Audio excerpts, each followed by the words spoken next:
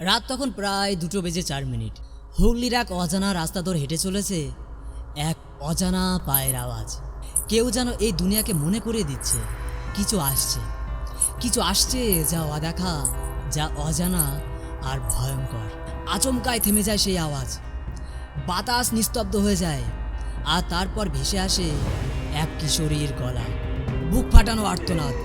আর সে যেন বলছে, আমাকে পিছনে পড়ে না, তবে আমার মনে কেন? নমস্কার, আমি রাজু, আর আপনারা দেখছেন শেষ অধ্যায়, যেখানে শুরু হয় অজানা সন্ধান। চক্রবর্তী পরিবার ছিল হুগলির একটা প্রভাবশালী জমিদার পরিবার।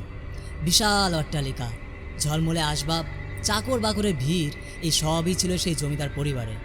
কিন্তু এই প্রতাপের আড়ালে লুকিয়েছিল গা শিউরে ওঠা একটা সত্য আর তন্ত্র সাধনার একটা বিশাল বিভীষিকা।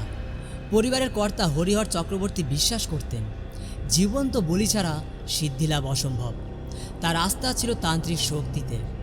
তার একমাত্র কন্যা সৌমিত্রা, মাত্র 16 বছরের একটা নিষ্পাপ কিশোরী, সবার চোখের মণি আর বাড়ির প্রাণ। কিন্তু সেই প্রাণ একটা রাতে হঠাৎ করে নিভে যায়। 1884 সালের 16ই ফাল্গুন, কালী পুজোর রাতে তন্ত্র সাধনার জন্য জীবন্ত বলি দেওয়া হয় তাকে দক্ষিণ ঘরের গোপন কক্ষে। শাক আর ঢাকের শব্দের আড়ালে তার আর্তনাদ হারিয়ে যায়। তারপর তার দেহ গোপনে মাটির নিচে পুঁতে রাখা হয়। কিন্তু সেই রাতেই সব কিছু বদলে যায়। সেই রাতের পর থেকে বাড়িতে একের পর এক অলৌকিক ঘটনা ঘটতে থাকে। রান্নাঘরে পুরনো রাঁধুনি মেঘমালা একদিন হঠাৎ করে নিখোঁজ হয়ে যায়, আর মাটিতে পড়ে থাকে শুধু তার হাতের রক্তমাখা শাখা পলা। তারপর প্রতি বছর কোনো না কোনো সদস্য মারা যেতে থাকে অদ্ভুতভাবে। কেউ নিখোঁজ হয়ে ঝাঁপ দেয় কুয়োতে, আবার কেউ চিৎকার করতে করতে পাগল হয়ে যায়, আবার কেউ নিখোঁজ হয়ে যায় চিরতরের জন্য। তবে প্রতিটা ঘটনার আগে শুধু একটাই কণ্ঠ শোনা যায়, আমি ফিরে এসেছি। 1972 সালে উত্তরাধিকারী শুভব্রত চক্রবর্তী হঠাৎ করে একদিন আত্মহত্যার চেষ্টা করে। সে জানায় এক রক্তমাখা মুখহীন মেয়ের আত্মা তার সামনে দাঁড়িয়েছিল, যার চোখ নেই, মুখ নেই, আর গলার জায়গায় একটা বিশাল ফাঁকা গর্ত, যেখান থেকে ফ্যাস ফ্যাস করে একটা হাড় ভাঙা চিৎকার বেরিয়ে আসছে। এবং পরদিন সকালবেলায় পরিবারের সকলকে মৃত অবস্থায় পাওয়া যায়। শুধুমাত্র শুভ্রব্রতই বেঁচে ছিল, তাও আবার পাগল অবস্থায়। 2019 সাল, ভূতের সন্ধানে নামের একটা ইউটিউব চ্যানেলের একটা সাহসী ইউটিউবার চ্যালেঞ্জ নিয়ে ঢুকে পড়ে সেই জমিদার পরিবারে। রাত তখন প্রায় 2:05। হঠাৎ তার ক্যামেরা নিজে থেকে ঘুরে যায়, আর দেখা যায় একটা রক্তমাখা শাড়ি পরা মেয়ের মূর্তি, যার লম্বা চুল মেজে ছুঁয়ে যাচ্ছে, আর চোখের জায়গা শূন্য, আর শরীর থেকে ঝরছে এক তরল রক্ত। কয়েকদিন পর ভিডিওটা ভাইরাল হয়, কিন্তু 3 দিনের মধ্যে সেই ইউটিউবার মানসিক ভারসাম্য হারিয়ে ফেলে। এখনও সে মানসিক হাসপাতালে চিকিৎসাধীন। কিন্তু যারা এই ভিডিওটা দেখেছে তারা অনেকেই স্বপ্নে সেই মেয়েটিকে দেখার দাবি করেছে। চক্রবর্তী বাড়ি এখন সম্পূর্ণভাবে বন্ধ, প্রশাসন সম্পূর্ণভাবে নিষিদ্ধ করে দিয়েছে।